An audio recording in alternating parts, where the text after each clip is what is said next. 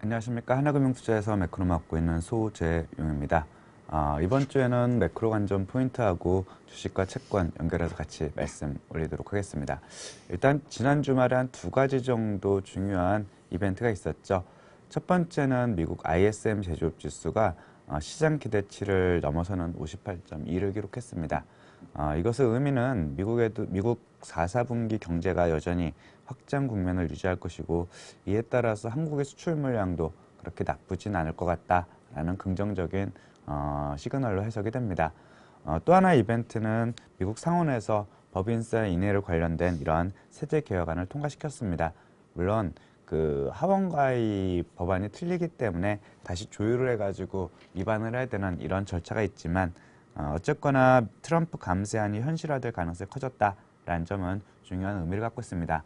다만 러시아 스캔들과 관련된 이런 잡음이 생기면서 이에 대한 영향력, 시장 영향력은 다소 반감되었다라고 생각을 하고 있습니다. 이번 주에도 여전히 경제지표 쪽은 미국을 좀 쳐다봐야 할 필요가 있죠.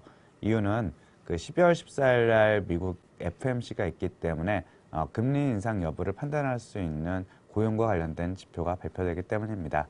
11월에도 실업률은 4.1%로 히스토리컬 좀 로우 수준으로 발표될 것으로 보고 있고, 신규 고용은 20만 명가량 늘어나면서 여전히 견조하다라고 생각을 하고 있습니다. 조금 전에 말씀드린 것처럼 제조업이라든지 서비스업 활동이 워낙 견조하기도 하고, 연말 소비 특수에 따른 일부 단기적인 그 노동 수요가 있었기 때문이라고 생각을 하고 있습니다.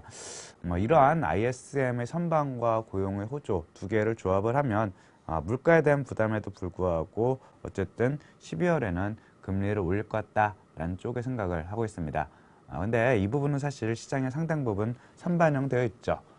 그렇기 때문에 부정적인 영향력은 제한적이다라고 있습니다.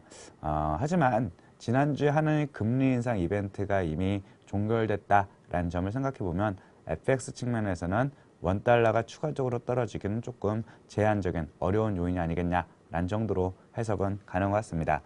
다만 고민거리는 그 금주에 중국의 물가 지표가 발표가 됩니다. 두 가지 측면으로 해석이 가능하죠.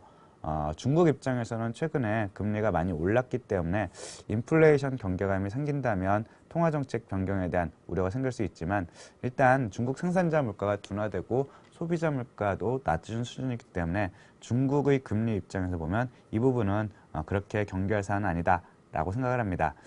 두 번째로는 중국의 생산자 물가가 떨어진다는 얘기는 전반적으로 글로벌한 수출 단가가 떨어질 수 있다. 이러한 측면에서는 한국의 수출 물량이 늘어나도 이제는 물가층 요인이 약화될 수 있다라는 좀 네거티브한 임플리케이션이 있습니다. 결국 중국과 한국 수출 이 두 개가 약간 그 대칭되는 측면이 있기 때문에 이 부분은 다소간의 논쟁 여지를 남길 수 있다라고 생각을 하겠습니다. 이어서 주식 전략 말씀 듣도록 하겠습니다. 예, 안녕하십니까. 주식 전략을 담당하고 있는 이재만입니다. 오늘 조금 말씀드릴 부분은 약간 이벤트 관련된 부분을 조금 말씀을 올려드리도록 하겠습니다. 현재 최근에 보게 되면 전 세계 글로벌 증시 안에서 성장주의 강세가 굉장히 특세를 나타내고 있다는 특징이 있는 것 같습니다.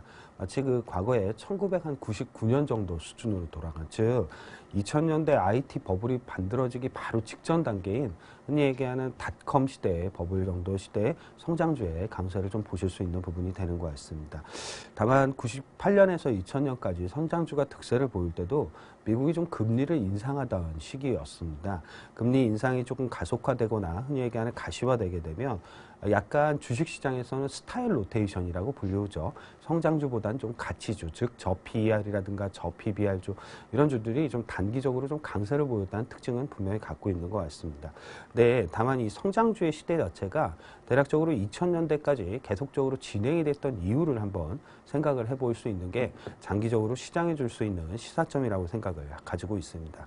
당시에 그 99년에서 1998년에서 2000년대까지 얘기하는 주식시장, 미국의 주식시장을 이끄는 주식들의 특징이 얘기하는 마이크로소프트라든가 인텔이라든가 그 시스코 시스템즈 이런 기업들이 되겠죠. 근데 잘 보시게 되면 전체적으로 이런 기업들이 돈을 굉장히 잘 벌면서 그 번 돈 안에서 적절하게 투자를 좀 진행을 했다는 특성을 갖고 있습니다. 이 과정에선 당연히 성장주가 강세를 보였던 시기이기도 했고요.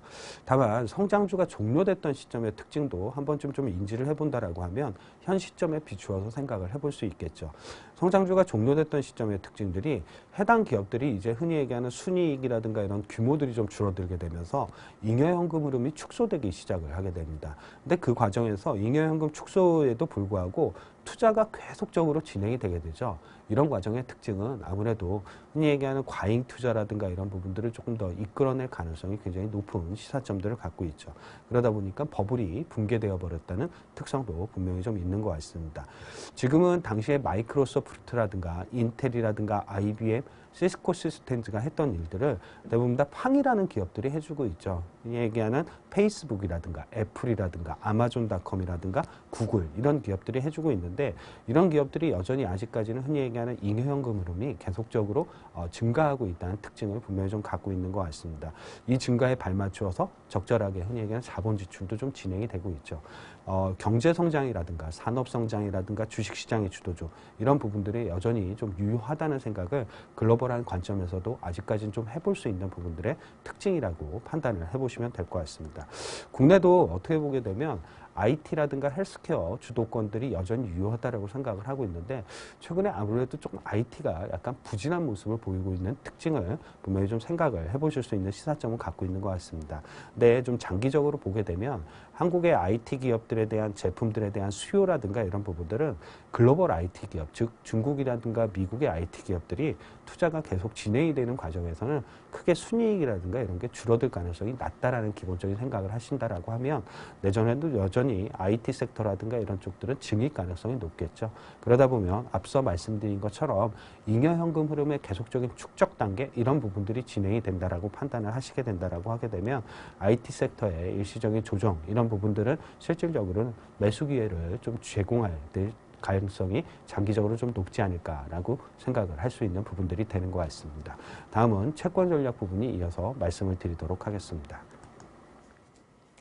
안녕하세요. 채권 담당하는 이미선입니다.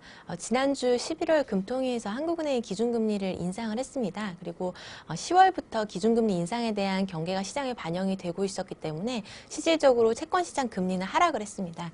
그래서 왼쪽에 있는 차트를 보시면 지금 3년, 5년, 10년 특히 장기 쪽 금리가 특히 많이 하락을 했고요.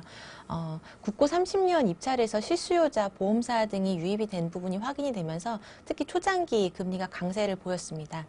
그리고 11월 금통위에서 기준금리는 조동철 한 명의 위원이 소수 의견 동결을 주장을 했고요. 나머지 분들이 기준금리를 1.5%로 인상을 하는데 동의를 했습니다. 과거에도 소수 의견이 제기된 이후에 기조적인 금리 인상이 단행됐다는 점을 감안을 하면 향후 통화정책 정상화 추진에 있어서 이번 소수 의견이 유의미한 영향을 미치진 않을 것으로 판단을 하고 있습니다. 그리고 이번에 경기와 물가에 대한 한은 총재의 평가가 좀 상향 조정이 됐습니다. 그래서 10월에 전망했던 흐름보다 좀 더 흐름이 긍정적이다라는 이야기를 했기 때문에 2018년 경제 전망에 대한 부분도 내년에 일부 상향 조정될 가능성이 있습니다. 그리고 이제 지난주에는 이제 미국에서 미국 10년 금리가 이제 2.40까지 장중에 상승을 했었습니다. 그래서 미국 세법 개정에 대한 기대가 강화가 되면서 금리가 상승을 했다가 장중에 러시아 스캔들이 다시 불거지면서 2.32까지 하락을 하고 다시 2.36으로 반등을 해서 결국 마감을 했는데요. 지금 미국 10년 같은 경우에는 2.30대에서 계속적으로 하단이 지켜지고 있습니다. 그래서 거의 한 달 정도 요 좁은 박스권 내에서 움직이고 있기 때문에 위로든 아래로든 이제 변동성이 커질 수 있는 국면에 와 있습니다. 그래서 2.30적이 계속 지켜지고 있기 때문에 이 부분이 계속 지켜진다고 한다면 사실은 상승 쪽으로 룸이 좀 더 열려 있다라는 생각을 하고 있고요. 그다음에 산유국 원유 감산에 대한 합의가 있었고 또 지난주에 발표된 미국이나 유럽 제조 지표들이 대부분 긍정적인 흐름이 다시 확인이 됐습니다. 그래서 이런 부분들을 감안을 했을 때는 이번 주에 우리나라는 10년 영역이 상대적으로 좀 취약할 가능성이 있다라고 보고 있고요. 그다음에 잠재적으로는 최근에 BOJ가 완화 정책에 대한 축소 시그널을 좀 보내고 있습니다. 그래서 이런 부분들을 감안을 했을 때는 외부의 통화 정책에 대한 변경이 특히 우리나라 10년 쪽에 영향을 많이 미치기 때문에 상대적으로 장기 영역에 대해서는 변동성이 있을 수 있다라고 전망하고 있습니다. 네, 이상입니다. 예, 전반적으로는 뭐 증시든 채권이든 이제 이벤트 측면이 마무리됐기 때문에 다소간의 휴지기 쪽을 생각하는 것 같습니다. 주식은 IT 주도권이 계속해서 유지되고 있는지 쪽을 확인하셔야 될 것 같고, 채권은 뭐 미국 쪽의 금리의 10년물 향방 이런 쪽을 체크하시면 될 것 같습니다. 날씨가 많이 추워졌습니다. 건강한 한 주 되시기 바랍니다. 고맙습니다.